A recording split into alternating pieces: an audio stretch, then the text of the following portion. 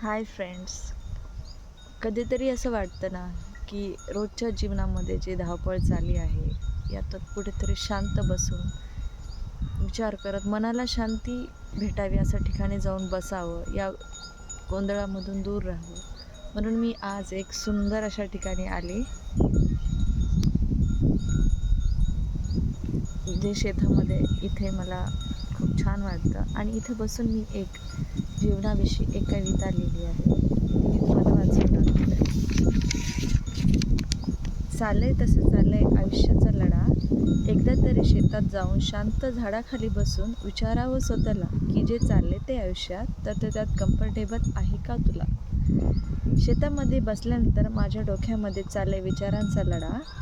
इकडून येते जोरदार हवा, तिकडून येते पक्ष्यांचा थवा.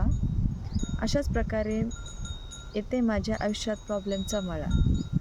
एकामागे एक लढले संघर्षाचा लढा, का कोणास ठाऊक असे वाटे बस झाले मला.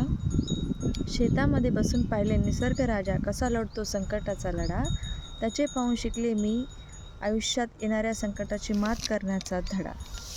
आता समजले मला निसर्गाशिवाय गुरु नाही कोणी देणारा आयुष्य जगण्याचा धडा.